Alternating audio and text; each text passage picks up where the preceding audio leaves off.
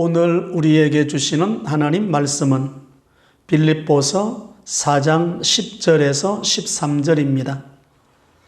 내가 주 안에서 크게 기뻐함은 너희가 나를 생각하던 것이 이제 다시 싹이 남이니 너희가 또한 이를 위하여 생각은 하였으나 기회가 없었느니라.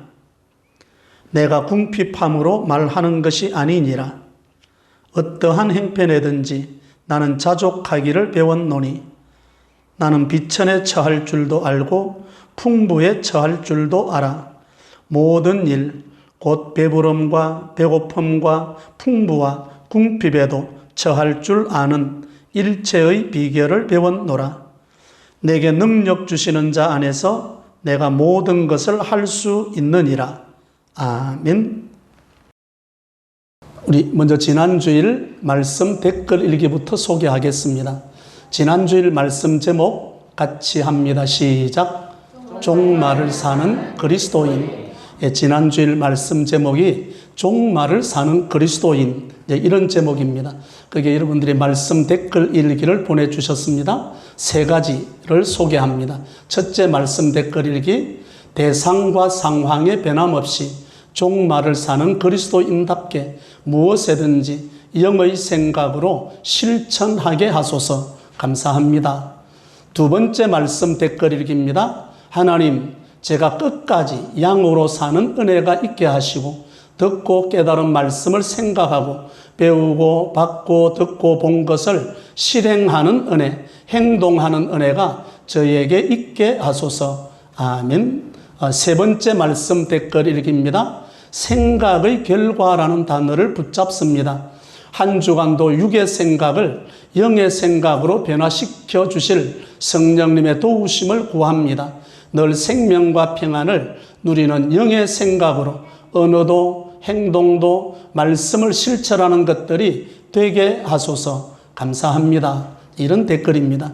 오늘 들은 말씀을 들으시고 말씀 댓글 일기 한번 쓰도록 도전해 보시기를 바랍니다.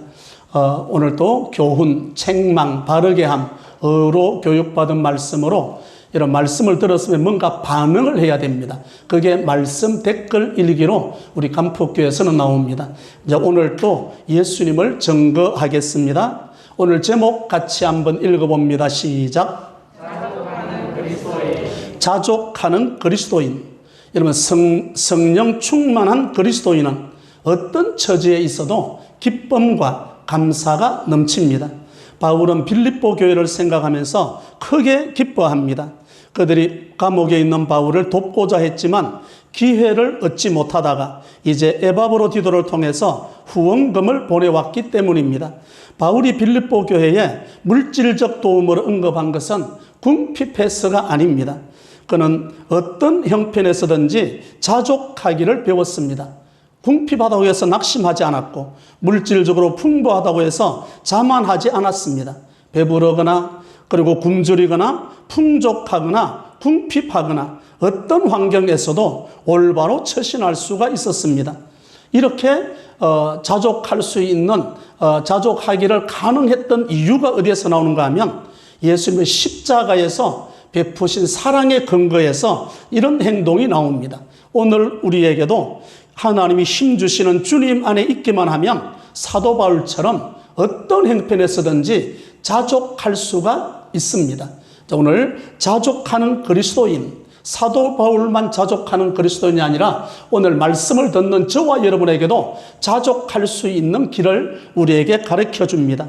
자족하는 그리스도인 첫째 보도록 합니다. 주 안에서 큰 기쁨을 누림. 10절의 말씀입니다. 같이 합독합니다. 내가 주 안에서 크게 기뻐하며 너희가 나를 생각하던 것이 이제 다시 싹이 남이니 너희가 또한 이를 위하여 생각은 하였으나 기회가 없었느니라. 아멘. 지금 이 10절의 말씀은 에바브로 디도를 통해서 사도 바울이 후원금을 받았습니다. 이게 감사하다는 표현이죠. 감사. 그러니까 사도 바울은 감옥에 있을 때 한 번 후원금을 받은 게 아닙니다. 초창기부터 늘 이 후원금을 받았습니다. 빌립보서 4장 15절과 16절 같이 합독합니다. 빌립보 사람들아 너희도 알거니와 복음의 시초에 내가 마게도냐를 떠날 때에 주고받는 내 일에 참여한 교회가 너희 외에 아무도 없었느니라.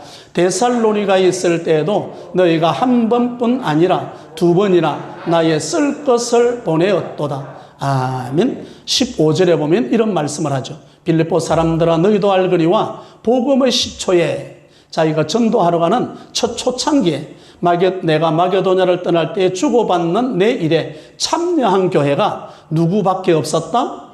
너희가 누굽니까? 빌립보 사람들아 그러잖아요.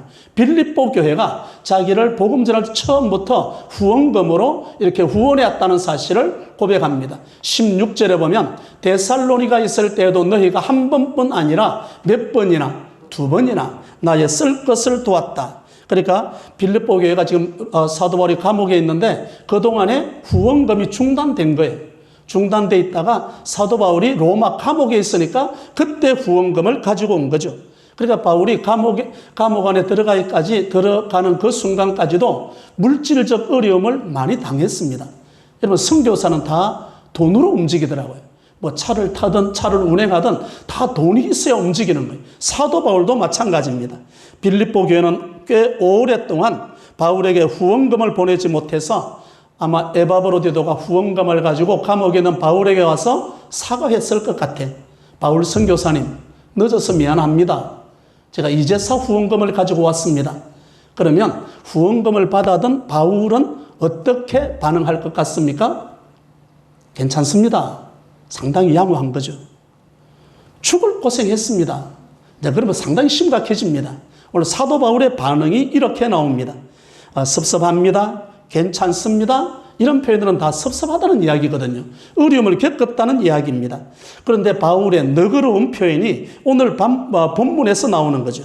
너희가 나를 생각은 하였으나 기회가 없었다. 이런 표현을 씁니다. 험악하게 상황을 꾸려가는 것이 아니라 여기 사도 바울은 얼마든지 저들을 꾸짖을 수 있습니다. 왜 이제 가져왔냐라고. 그 말씀이 로마서 15장 27절 보면 이렇게 말씀합니다. 같이 합독합니다. 저희가 기뻐서 하였거니와 또한 그들에게 빚진 자는 만일 이방인들이 그들의 영적인 것을 나누어 가졌으면 육적인 것으로 그들을 섬기는 것이 마땅하니라. 아멘. 그 끝에 부분에 보면 육적인 것으로 그들을 섬기는 것이 뭐하다. 그래, 마땅한 일을 왜 하지 않았냐? 책망할 수 있죠. 꾸짖을 수 있습니다. 근데 사도 바울은 꾸짖는 것이 아니라 너희가 나를 위해서 생각을 했지만 기회가 없었다. 아주 너그러운 표현을 오늘 본문에서 말하고 있습니다. 그러니까 사실은 바울은 선교사에게 차질이 생긴 까닭은 빌립보 교회에 따지지 않고 그들에게 한마디로 마음은 늘 있었지만 도울 기회가 없었다. 상당히 상대방의 마음을 편안하게 해주는 그런 모습. 여기에서 나옵니다. 넓은 아량을 지금 사도 바울이 보여주고 있는 거죠. 그럼 이 모습은 누구에게 본받았을까?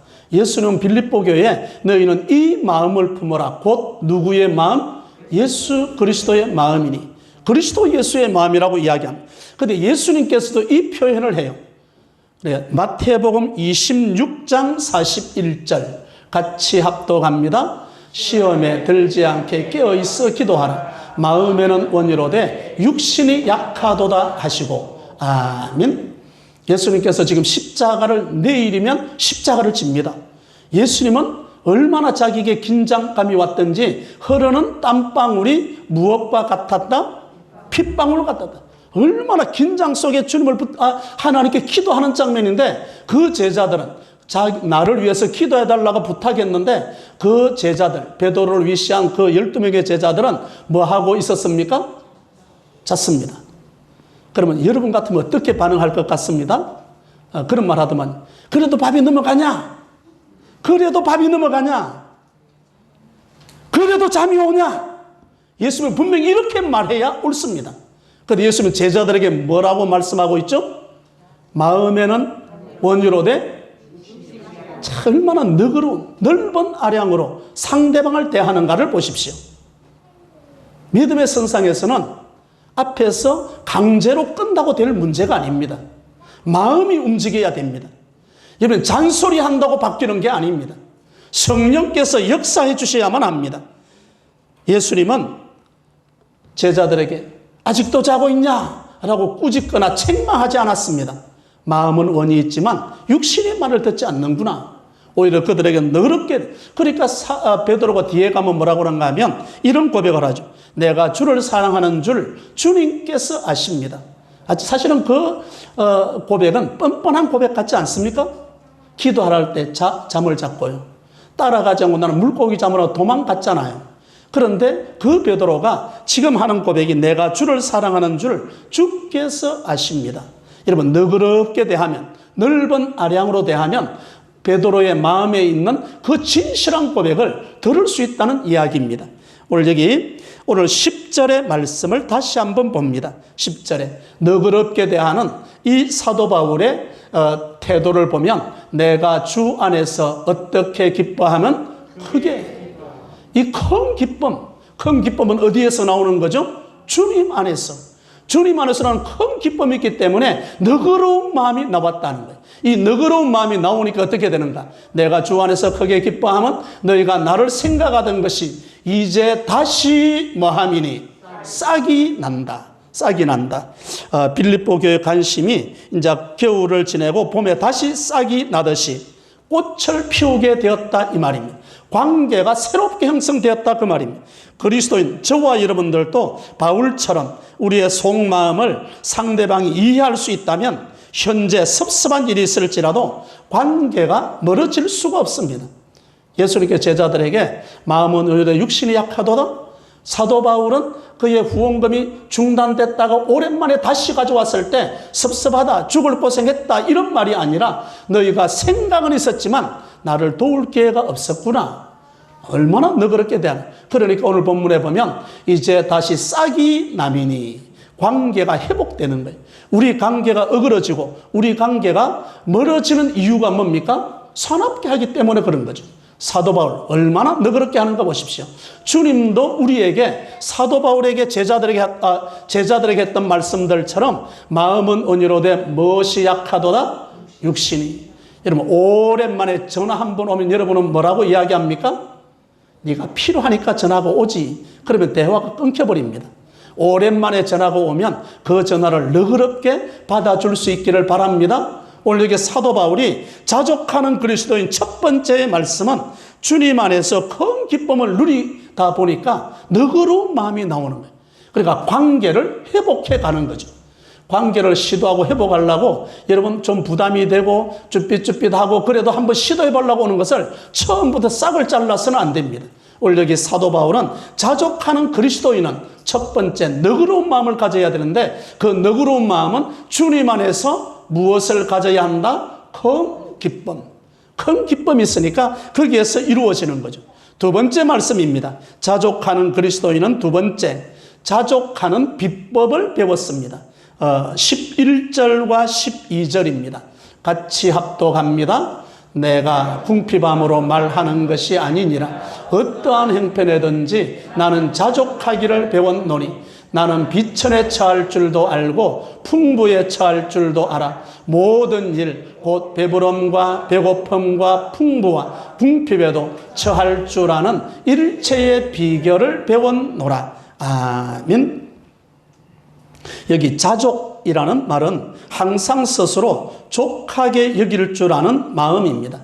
없다고 해서 비굴하지 않고 있다고 해서 교만하지 않았습니다. 있으면 있는 대로, 없으면 없는 대로 사는 거죠. 늘 만족하고 감사하는 거죠. 여러분 오늘 우리가 인사했던 것처럼 당연하게 여겼던 것 감사할 수 있기를 바랍니다. 그래서 지난 시간에 감사함으로 하나님께 아뢰라. 여러분 기도가 안 된다? 왜 안 됩니까? 감사가 없으니까 안 되죠. 여러분 기도 딱 한마디는 말을 던지고 감사합니다. 또 제목 하나 하고 감사합니다. 얼마나 감사하고 기도할 게 많은데요. 기도가 안 된다는 사람은 감사가 바닥났다는 이야기입니다. 우리에게 감사가 살아날 수 있기를 바랍니다. 그러면 기도가 회복되어집니다.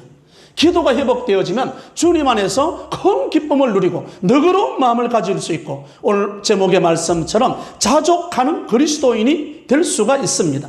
늘 만족하고 감사하는 마음, 이게 자족이라는 단어에서 나옵니다. 끝없는 욕심을 가지고 있는 한 올바른 신앙생활을 할 수가 없습니다. 여러분, 배우에게 첫 질문을 이렇게 했습니다. 어떻게 배우 역할을 하는데 눈물을 그때 되면 그렇게 잘 흘립니까? 배우, 이제 연습도 해야 되고 배워야 되죠? 그러니까 첫 번째, 어떻게 눈물을 흘립니까? 그러니까 가장 슬플 때, 진짜 박장대소하듯이 큰 웃음을 웃을 때는 가장 기뻤을 때를 생각한다는 거예요. 여러분, 우리의 생각이 육의 생각이 아니라 영의 생각으로 전환되어 있을 수 있기를 바랍니다. 생각이 어디에 따라서 늘 기뻐할 수 있는 거죠. 오늘 본문에 보면 11절과 12절에 나는 자족하기를 배웠노니, 그리고 일체의 비결을 배웠노라. 배웠노니, 배웠노라. 배웠다는 이 말은 비법을 전수했다는 말입니다. 여러분, 요즘 식당 소개할 때 보니까 그 식당마다 자기들의 음식 만드는 비법이 있더라고요. 자족에게도 비법이 있습니다. 이 비법 이야기죠. 자족하는 비법을 사도 바울은 배웠습니다. 우리말로 도가 텄다, 그 말입니다. 사도 바울은 믿음 생활할 때 이제는 자족하는 비법을 배웠고, 이제는 어떤 상황 가운데서도 자기가 반응할 수 있는, 긍정적으로 주님 안에서 반응할 수 있는 그 도가 텄다는 이야기입니다. 여러분, 신명기 8장 12절, 13절, 14절입니다. 같이 합독합니다. 네가 먹어서 배부르고 아름다운 집을 짓고 거주하게 되며 또 네 소와 양이 번성하며 네 은금이 정식되며 네 소유가 다 풍부하게 될 때에 내 마음이 교만하여 내 하나님 여호와를 잊어버릴까 염려하노라. 여호와는 너를 애굽 땅 종되었던 집에서 이끌어내시고. 아멘. 우리가 있으면 기뻐합니까? 없으면 기뻐합니까? 지금 거기에 대한 위험성을 이야기합니다. 네가 먹어서 뭐하고 배부르고. 그럼 기쁠까요? 안 기쁠까요? 기쁘겠죠? 아름다운 집을 짓고 거주하게 되며 또 내 소와 양이 뭐하며 번성하며 일이 잘 돼가는 거예요. 그리고 내 은금이 뭐하며 정식되며. 여러분, 은행의 통장 잔고가 계속 불어나는 거예요. 내 소유가 다 뭐하게 될 때. 우리가 기도하는 내용이 다 이것 아닙니까? 하나님 잘 되게 해주십시오. 부흥하게 해주십시오. 그런데 하나님은 그 다음에 아주 중요한 경고의 말씀을 합니다. 내 마음이 교만하여 내 하나님 여호와를 뭐 할까? 더 잘 섬길까? 아니요. 하나님을 잊어버릴까? 네가 잘 될 때 하나님을 잊어버릴까? 하나님께서 염려하노라. 하나님의 염려가 우리에게 실행되지 않도록. 여러분, 오늘 이게 사도 바울은 보면 풍부에 처할 줄을 배우지 못하면 비천할 때는 신앙생활 잘하다가도 부귀해지면 교만해지는 이야기를 여기서 합니다. 비천한 것을 배우지 못하면 풍부할 때는 믿음생활 잘하다가 비천해지면 부끄럽다고 좌절하고 낭망해버립니다. 오늘 이게 빌립보 교회가 바울이 거침없는 선교를 할 수 있도록 왜 하나님께서는 바울에게 넉넉하게 선교 후원금을 제공하지 않았을까? 저도 우리 간폭교회 그런 생각을 해요. 있으면 할 일이 천지인데. 저 생각입니다. 그런데 하나님께서는 딱 2% 모자라게 주시더라니까요. 제 기도의, 제 목회의 경험입니다. 하나님 2%게 모자라게 줘. 바울에게도 2% 모자라게 줘. 왜 그러면 넉넉하게 주면 그 일들을 그냥 멋지게 추진할 것 같은데, 선교에 감당할 것 같은데 왜 사도 바울에게 늘 2% 모자라게 주었을까? 그 이야기입니다. 그래서 빌립보 교회가 처음부터 후원금을 지원해 오다가 중간에 하지 않다가 바울이 감옥에 있을 그때서 후원금을 가지고 온 거예요. 생각은 했었지만 기회가 없었다, 이런 말을 하는 거죠. 사실은 알고 보면 사도 바울도 사도 바울이 돼가는 과정입니다. 완벽한 사도 바울이 아닙니다. 사도 바울이 많이 배웠다고요? 지식이 풍부하다고요? 오히려 그것이 사도 바울에게 방해가 되었습니다. 여러분, 빌립보서 3장 8절을 봅니다. 같이 합독합니다. 또한 모든 것을 해로 여김은 내 주 그리스도 예수를 아는 지식이 가장 고상하기 때문이라. 내가 그를 위하여 모든 것을 잃어버리고 배설물로 여기면 그리스도를 얻고. 아멘. 사도 바울이 자랑했던 게 얼마나 많습니까? 나는 바리새인이요, 그렇잖아요. 바리새파 사람이라고. 자기는 가말리엘 문화생이라고. 얼마나 자랑할 게 많았습니까? 근데 그것들이 다 알고 보니까 하나님을 믿는 믿음의 장애물이더라는 거야. 그래서 배설물처럼 여겼다. 사도 바울에게 2% 모자라게 선교 후원금이 도착했던 것은 사도 바울로 하여금 바울을 만드는 하나님의 과정이었습니다. 우리가 모자란다, 불평만 하지 말고 하나님은 내 삶의 여정 가운데 하나님을 나를 그리스도인 되게 만들고자 하는 하나님의 계획이 여기에 있는 거죠. 그래서 배고픔이 있었고 배부름이 있었고 풍부가 있었고 궁핍함이 있었고, 그러니까 어떤 상황에서도 사도 바울은 원망하지 않고 불평하지 않고 어떤 비결을 배웠노라? 자족하는 비결을. 이제는 삶의 비결을 터득한 거죠. 비법을 배웠습니다. 하나님은 우리의 약점, 우리의 미숙함에도 주의 일에 동참하는 것을 가상히 여기시고 하나님은 돕기를 원하십니다. 돕기는 도우는데 풍부하게 넘치도록 하는 것보다는 항상 제 경험으로는 2% 모자라게 옵니다. 여러분 감사해야 됩니다. 그 2% 모자라는 게 뭔가? 하나님을 찾으라는 사인입니다. 나는 우리 교회 간폭교회를 건축할 때 다른 문제 아무도 없고 돈만 모자랄 줄 알았습니다. 돈은 모자라지 않았습니다. 빚 다 청산을 했습니다. 근데 뭐가 문제였습니까? 업자가 문제였습니다. 뭐 하라는 사인이죠? 기도하라는 사인이었습니다. 여러분 우리에게 모자라는 거, 내가 모자라는 거 생각하는 그 부분을 하나님이 넉넉하게 채우시더라고요. 그런데 진짜 모자란 게 뭔가? 내가 하나님을 찾지 않는 그 위험성을 우리에게 말씀하고 있는 거죠. 열왕기상 17장 3절과 4절 엘리야 선지자 이야기입니다.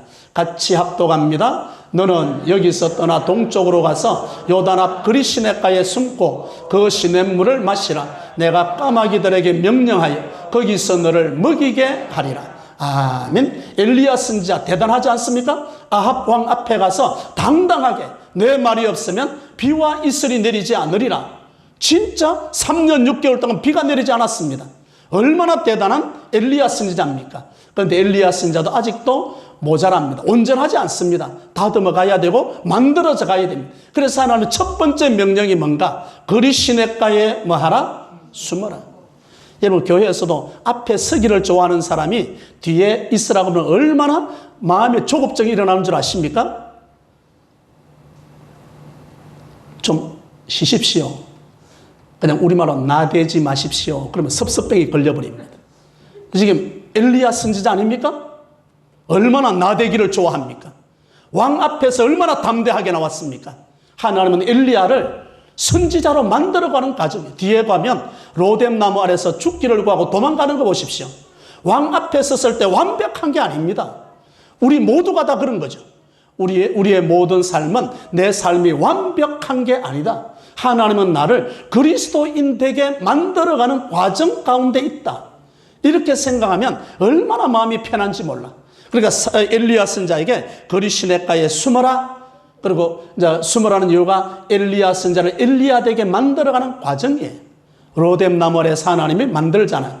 떡과 물 한 병을 가지고 와서 먹으라. 일어나라. 그리고 다시금 시내산에 세워서 사명을 감당하게 하는 장면이 나옵니다.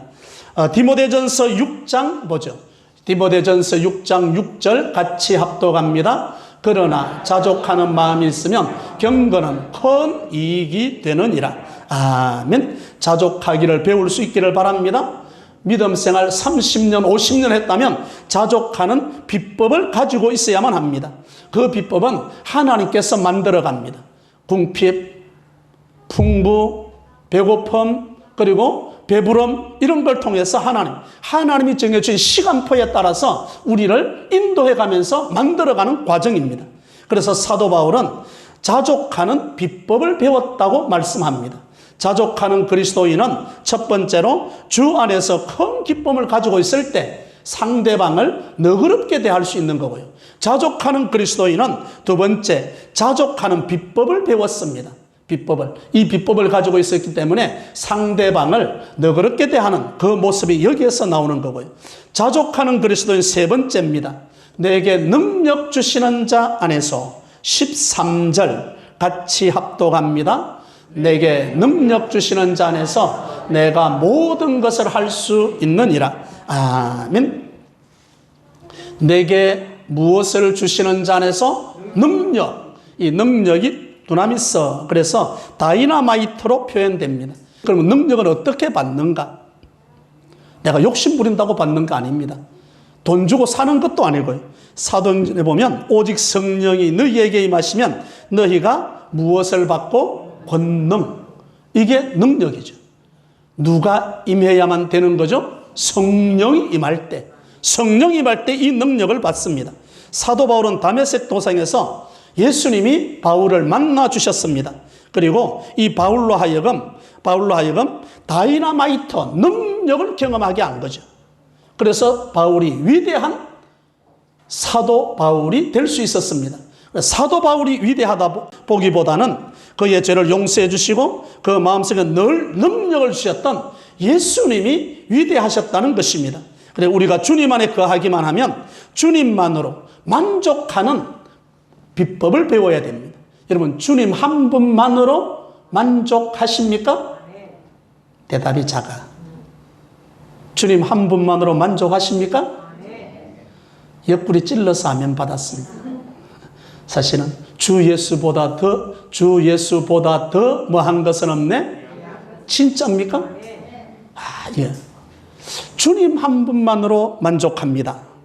사도 바울은 주님 한 분만으로 만족하는 비법을 배웠다니까요. 비법. 주님 한 분만으로 만족하는 그 비법이 나에게 있는가? 우리는 주님 한 분만으로 그래놓고 뒤에 더하기를 합니다. 더하기. 주님 한 분만 그래도 더하기를 한다니까요. 더하기를 해요. 더하기 속에 우리의 야심이 들어있죠. 하나님 그래도 이거는 이루어 주셔야죠. 주님 한 분만으로 거기에서 딱 끝나야 되는데 그 뒤에다가 더하기를 해서 플러스를 하는 거예요. 그리고 주님 앞에 구하게 됩니다. 근데 성경을 보면 아브라함은 보면 더하기가 없어요.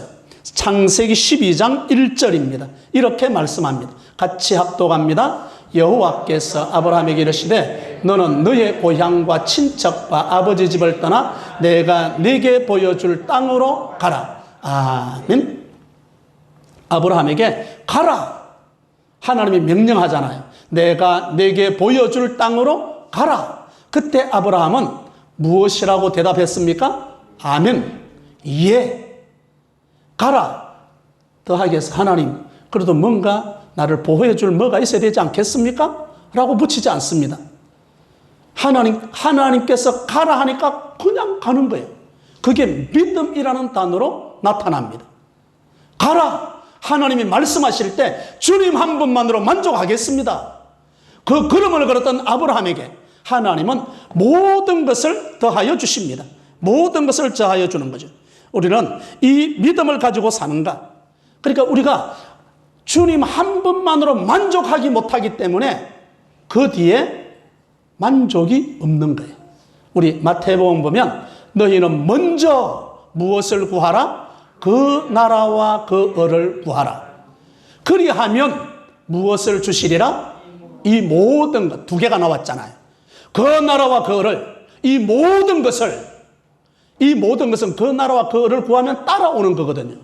그런데 우리는 그 나라와 그 을보다는 무엇을 먼저 우리가 욕심내고 있는 거죠? 이 모든 것. 이 두 개가 헷갈리면 안 됩니다. 우선순위가 뒤바뀌면 안 되는 거죠. 주님께서는 우리에게 너희는 먼저 그 나라와 그 을을 구해라. 그런데 우리에게는 항상 구할 때 뭐가 나오는가 하면 이 모든 것이 먼저 나와요.